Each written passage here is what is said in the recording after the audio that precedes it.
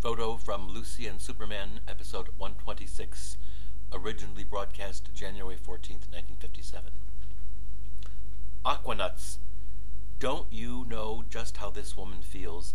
The pigeons are there, so that's something. But what about the room she's leaving? What about the room she's entering into? Harrison Ford sometimes gets wet feet. He jumps anyway, but he knows he will get wet feet again. That's the celebration of life we're after. Knowing it's going to give you wet feet, but wanting wet feet, because excitement don't come easy. Sometimes the subjunctive is best used. If life is worth living, then good friends are worth having. Je t'aime, your pal Ken. Philip, 1979. Photograph by Robert Mapplethorpe. Here is beauty against all odds. Look at Sophia Loren, Barbra Streisand, Elizabeth Taylor. If the spirit is glowing, so is the flesh. Diana Freeland? So many stars in the style sweepstakes that you know would stand on their toes if they wanted to and assume an attitude. Before, I used to think it was not so much what you wore, but how you wore it. I knew that was a lie, but I liked the sound of it. Now, thinking that clothes have nothing to do with it, as exhibited by this photograph. Who would this man be without his shoes? Mahatma Gandhi? Ruth St. Denis? Toe ball heel? Je t'aime, Ken. Marilyn Monroe, 1953, photographed by Phil Stern. This woman certainly knew how to get to sleep. What do you suppose she's watching? Why are her hands so tense yet lovely? Let's not talk of hands and the onslaughts of time. Let's talk of lives appreciated and time well spent, and the ski slopes and seashores to come. And oh yes, the laughs.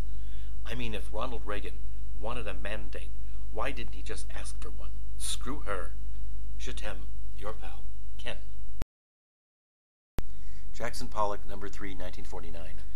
I'm so glad you finally chose some truly avancé art, dear Christine sighed when she noticed this painting. But he died 15 years ago in the 50s, was my reply.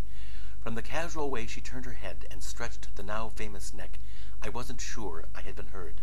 I'm so glad he's reached an advanced age, was her next comment, delivered with almost chop-licking relish. Jackson Pollock, I queried. We've been waiting for his maturity, she chirped in an almost childlike delight. But he's been dead for 15 years, I desperately stated. His advanced years will be of much good use to him in the classroom, she went on. I would just love to see one of his charges get out of line now. She went on uninterrupted because I knew it was no use now. When he sees those clear eyes and unwrinkled faces acting up, I know that finally he will know how to put a firm but fair stop to it.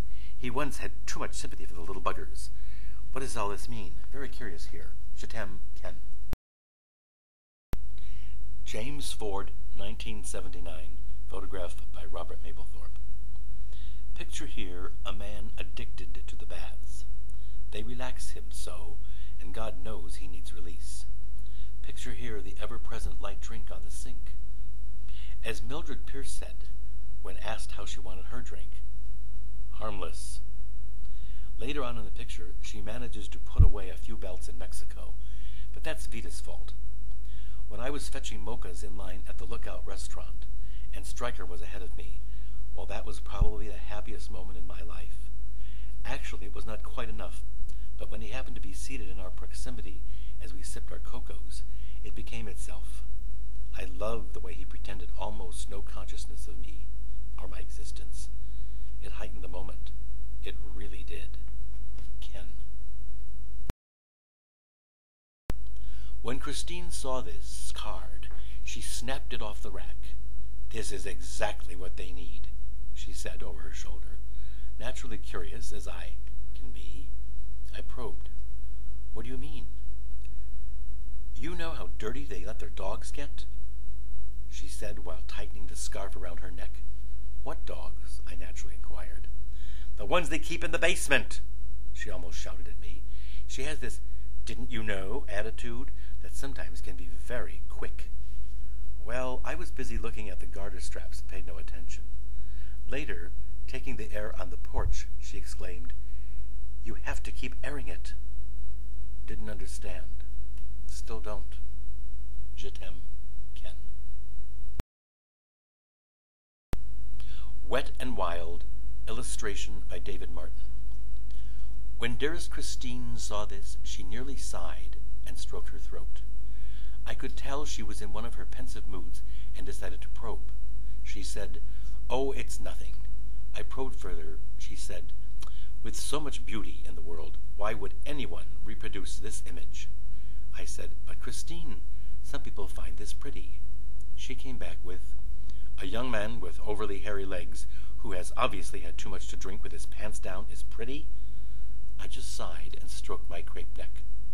It's raining in San Francisco, and it's making me sad happy. Je t'aime, Ken. P.S. Christine is sure this whole business will be better viewed upside down.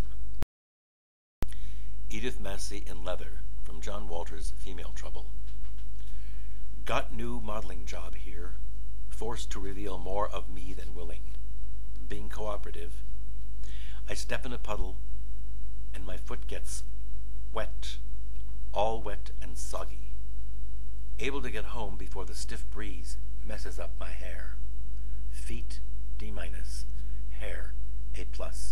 Oh, excuse me, the ringing doorbell is getting on my nerves. Je t'aime, Ken. Faye Dunaway as Joan Crawford in Mommy Dearest. Sweetest little things that ever stayed out too late at night and had to get up in the morning and go to work. Our Lady of the Falcons have mercy on us.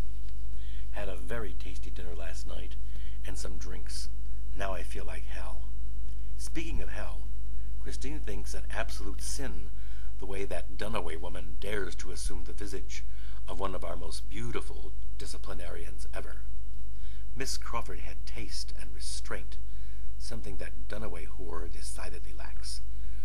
Rumor has it that Fat Faye, as Christine is fond of calling her, allows her ragamuffin children to eat whatever they want willy-nilly all over the place. Please take note. Je t'aime, Ken. Katharine Hepburn, circa 1934. Photographed by George Hoyningen-Hewen. Darlingest little things that ever had their pants shocked off. Could this really be one of the great ladies of the American stage?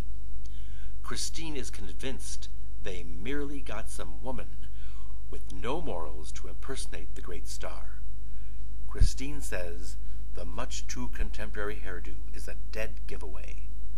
Christine says Miss Hepburn would never allow her big toe to wander so wantonly around herself down there.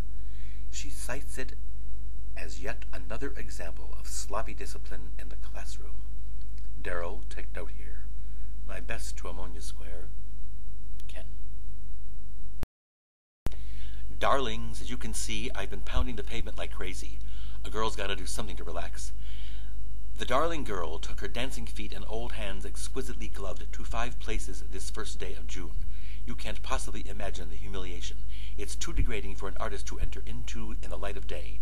Dear Liberty House is being particularly base with their standard. We'll be reviewing the applications in 2 weeks. Do come back. Listen, sweetest little things that ever plunged into a pool. They said the same thing to me 2 weeks ago. It's almost enough to make a very talented cha-cha dancer lose faith in herself. It's only after several cocktails that one realizes how jealous they must be of my beauty, not to mention my innovations in the rumba. Someday the poor dear bitches will be hungering to dance with me, and of course I'll move their uninspired carcasses around the floor once, Paula. We still love San Francisco to death, and it makes all the humiliation bearable. Tonight I'll do a particularly daring turn in the middle of the floor, just for you. Je t'aime, Ken.